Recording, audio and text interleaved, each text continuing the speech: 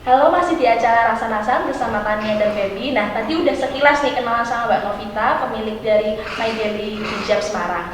Nah, tadi udah sekilas nih kan perkenalan. Nah, sekarang udah mulai seru. Kita mulai, tadi ada yang belum kita tahu nih, apa sih yang dilakukan dalam memperdalam ilmu dalam fashion dan apalagi tadi sudah terjun ke dunia bisnis. Silahkan Mbak. Ya, waktu itu ya memang waktu masih kerja, karena kerjaan saya begitu dinamis, saya sempat pindah kota dan lain sebagainya. Memang itu juga yang memperkuat saya untuk bisa punya bisnis sendiri di rumah, karena saya jauh dari anak-anak saya waktu itu. Anak-anak saya tinggalin pergi-pergi terus. Nah, saya kepengen banget waktu itu, sebelum kepikiran pun saya kepengen gimana caranya saya bisa kerja nggak sering-sering ninggalin anak.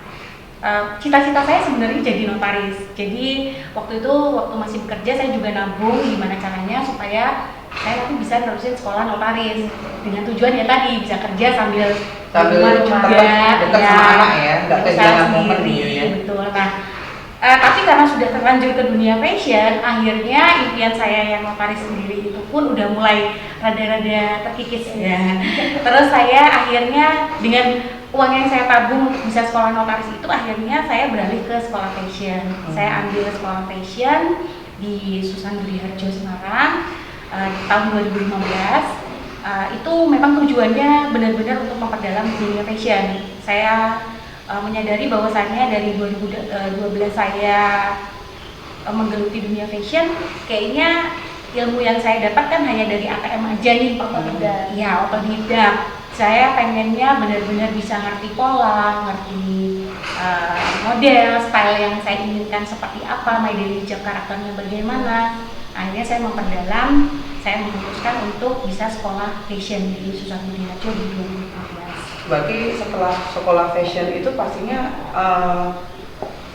stylenya sudah berubah nih, bukan hanya hijab aja tapi juga mulai merambah ke baju-baju juga ya? Iya. Desain-desain sendiri? Betul, jadi sejak 2012 itu kita mulai ada baju kan di 2013-2014. Nah, di 2015 akhirnya memang setelah terjun benar-benar saya ambil jurusan major di fashion, itu lebih tertata rapi lagi. Yang tadinya memang kita emang sudah punya produksi baju, tapi secara pattern, pola dan lain sebagainya itu masih ya ngikutin aja. Tapi sejak 2015 itu kita sudah memang benar-benar punya ciri khas khusus, dan juga kita punya tema koleksi yang kita. Oh, jadi tiap ada koleksi beda-beda ya? Betul, ada tema koleksi. Bulan ini temanya ini gitu ya? Oke. Gitu. Terus karena kan udah belajar desain nih Mbak, berarti kan udah mulai ada apa ya, ikut event-event fashion gitu. Boleh tahu event-event yang udah diikutin apa aja? Jadi kalau untuk ikut-ikut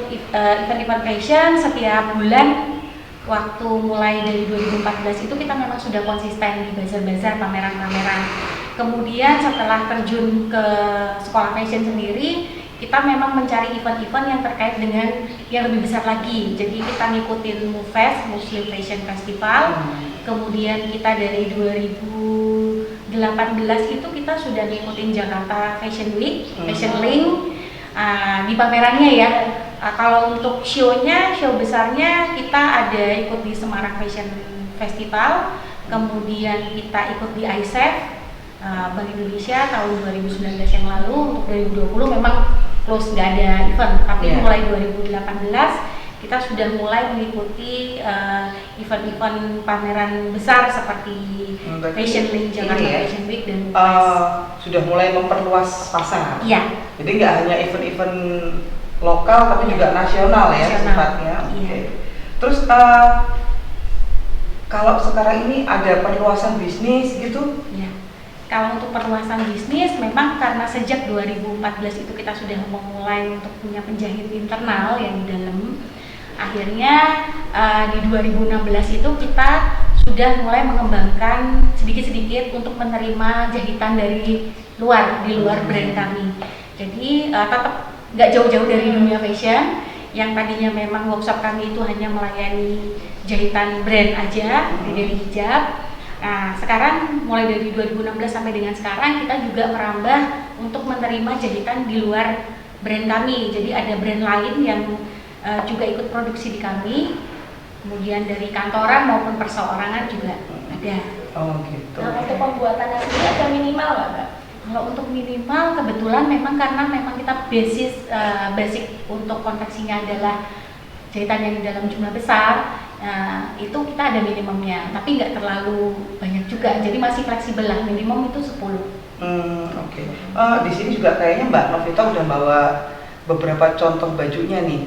Boleh kita lihat nggak? Yang ini apa aja ini? Kalau yang ini kebetulan kemarin ini adalah koleksi yang terakhir, temanya Mujige. Ini kita showkan di ISEP waktu itu. Kita waktu di ISEP itu ngangkat sustainable fashion. Jadi ini bajunya dibuat dari limbah fashion. Dari limbah fashion. Ya, ini dari limbah fashion. Jadi berarti kain-kain sisa potongan potongan ya. Kaca itu ya. Iya, Oh, iya. kain sisa-sisa potongan kita manfaatkan. Nggak kelihatan loh kalau ini kain Iya, kaca gitu ya. ini kita manfaatkan daur ulang kembali supaya bisa jadi bermanfaat dan nggak jadi sampah. Iya. Karena temanya waktu itu jelas sustainable fashion. Nah, gimana caranya kita manfaatin ini memang PR banget waktu itu kita risetnya ya, karena dari polanya sendiri pun harus dipikirin. Iya, karena tidak terlihat sekali nih kalau misalkan karena kan potongannya saya lihat kan gede-gede tuh. Iya. Dan nggak yang potongannya bukan yang asal gitu Iya. juga ya. Jadi tetap fashionable gitu kan. Oke, sebelum kita lanjut lagi, kita ada yang mau lewat dulu.